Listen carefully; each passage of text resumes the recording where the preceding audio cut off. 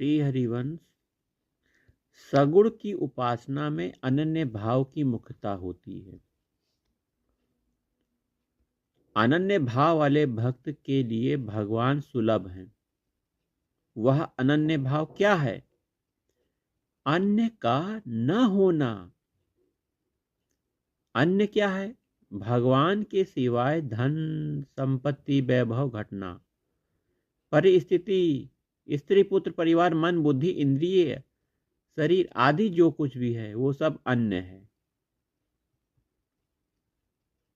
उन सब से विमुख होकर अर्थात उनके आश्रय का महत्व का प्रियता का त्याग करके केवल भगवान के सन्मुख हो जाना, भगवान की शरण हो जाना और भगवान में ही महत्व प्रियता का हो जाना अनन्य भाव है। भगवान कहते हैं ना, मैं भगवान का नहीं, साधक कहता है कि मैं भगवान का ही हूं और भगवान मेरे हैं। मैं संसार का नहीं हूं और संसार मेरा नहीं है। इस तरह अपनी कहलाने वाली वस्तु शरीर आदि और अपने आप को भी भगवान के अर्पण कर देना अनन्य भाव है। अनन्य भाव से भगवान सुलभ हो जाते हैं। भक्तों के योगक्षेम का वहन भी करते हैं। भक्तों को बहुत जल्दी मृत्यु रूपी संसार सागर से उद्धार कर देते हैं। देखिए, केवल एक अनन्य भाव आना चाहिए, भगवान सुलभ हो जाएंगे।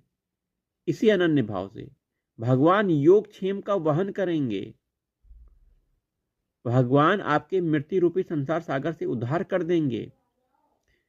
इसी अनन्य भाव से भक्त भगवान को देख सकते हैं, मतलब देख भी लेंगे, साक्षात्कार भी होगा, बातचीत भी हो जाएगी।